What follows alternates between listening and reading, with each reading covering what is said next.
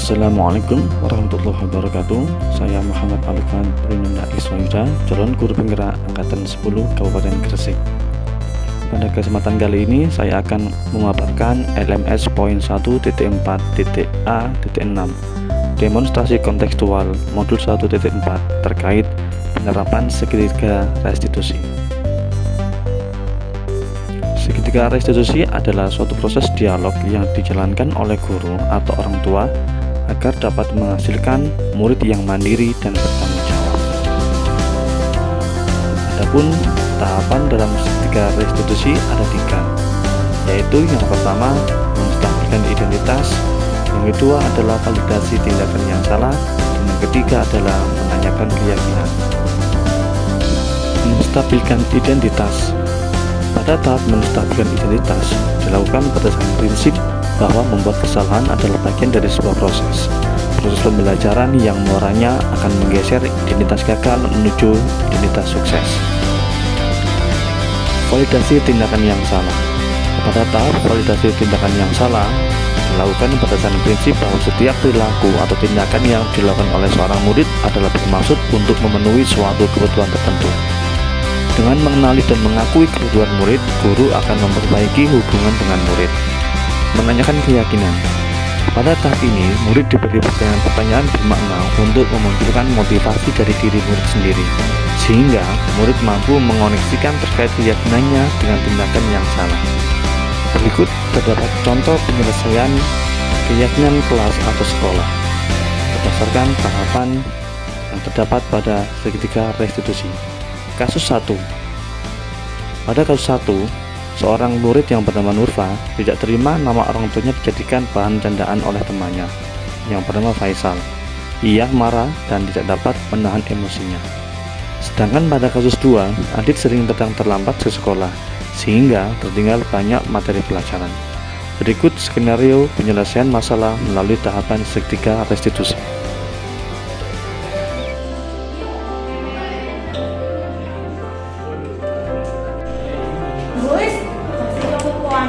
Rame lalu, mulai itu loh. Rame dia, ada yang tuh. Apa sih? Aku hanya jadi orang tua, kenapa orang dari jadi orang tua? Ya kamu itu nggak berare. Aku izin tahu, kenapa aku nggak? Kamu yang kan sana tuh kasih. Ya kok bisa nonton sendiri dewe ya? Tapi aku kurang mengarare.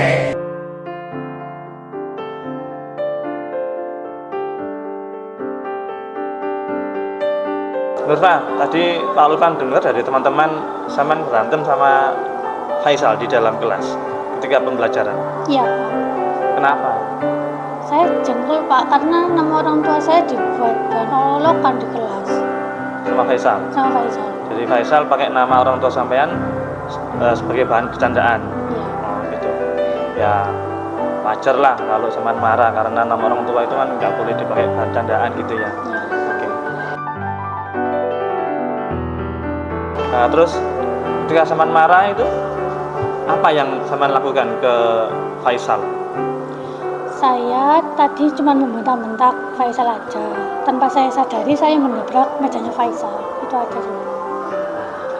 Jadi ketika Saman marah dengan suara keras gitu Iya. sambil ngebrak meja, Jangan ngomong. mejanya Faisal gitu. Iya.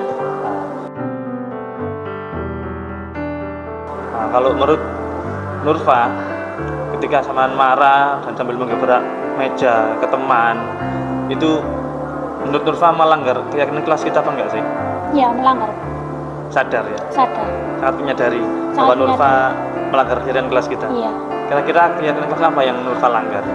Saya cuma ingin saling menghormati antar sama teman aja sih Pak. Jadi menurut Nurfa keyakinan kelas yang Nurfa sudah langgar itu tidak menghargai teman gitu, Iya, tidak saling menghormati gitu. menghormati ya. Oh. Jika begitu, Nurfa kedepannya kira-kira apa yang akan Nurfa lakukan untuk memperbaiki pelanggaran Nurfa terhadap keyakinan kelas itu, apa yang Nurfa lakukan? Kedepannya mungkin saya akan sedikit menahan emosi saya dan menasihati teman-teman ketika mengolok-olokkan nama orang tua saya di kelas. Jadi itu solusinya. Iya, Ketika ada teman yang mengolok nama atau memakai nama orang tua Nurfa sebagai bahan candaan, Nurfa berusaha sabar iya, dan menasihatinya. Oh, Oh, jadi supaya jangan memakai nama orang tua sebagai bahan candaan seperti itu. Iya. Ya, baik Nurfa. Semoga kedepannya besok Nurfa bisa lebih sabar lagi ketika ada teman yang memakai nama orang tua sebagai bahan candaan, kemudian menasihatinya seperti itu ya. Iya. Ya Nurfa, terima kasih. Sekali lagi semoga kedepannya Nurfa bisa lebih sabar lagi dan dalam menahan emosinya. Ya Nurfa, terima kasih. Sekarang silakan kembali ke kelas. Ya. Terima kasih Pak. Ya, sama-sama.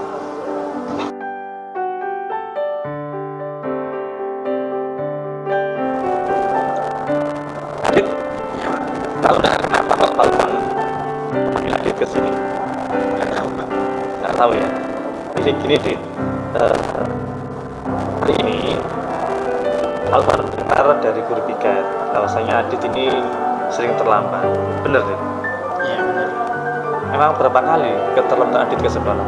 Berapa ya? Mungkin kalau keempat ya 5 kalian itu. 4 atau 5 kali. Iya. Menurut Adit, terlambat ke sekolah itu bagus apa enggak sih? Bagus apa enggak maksudnya? Enggak Pak, salah itu. Salah ya?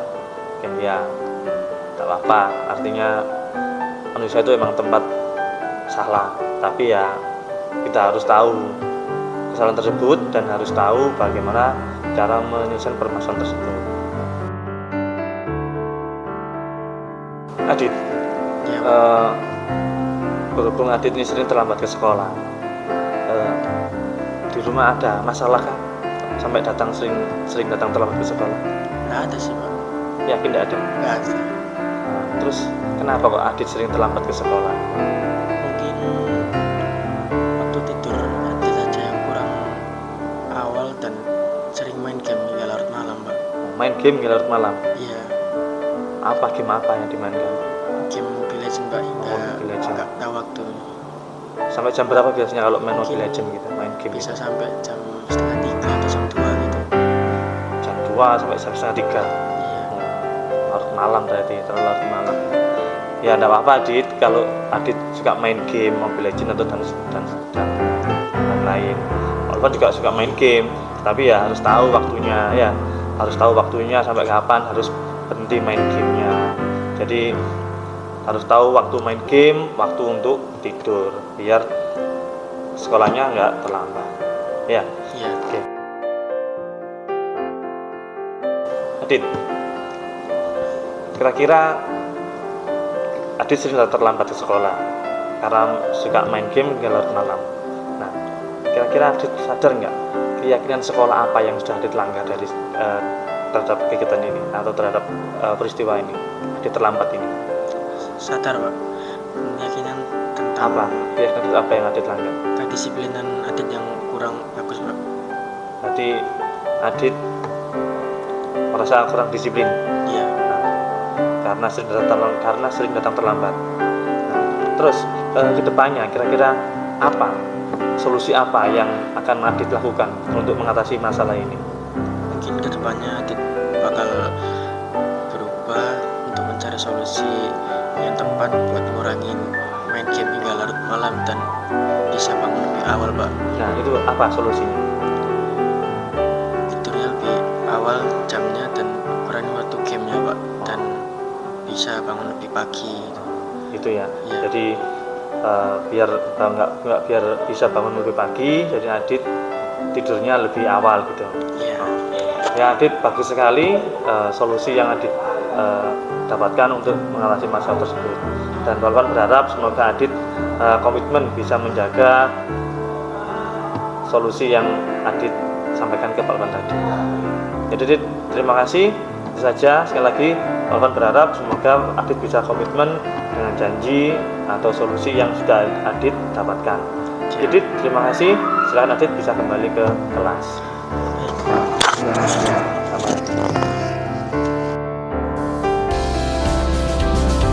Assalamualaikum warahmatullahi wabarakatuh.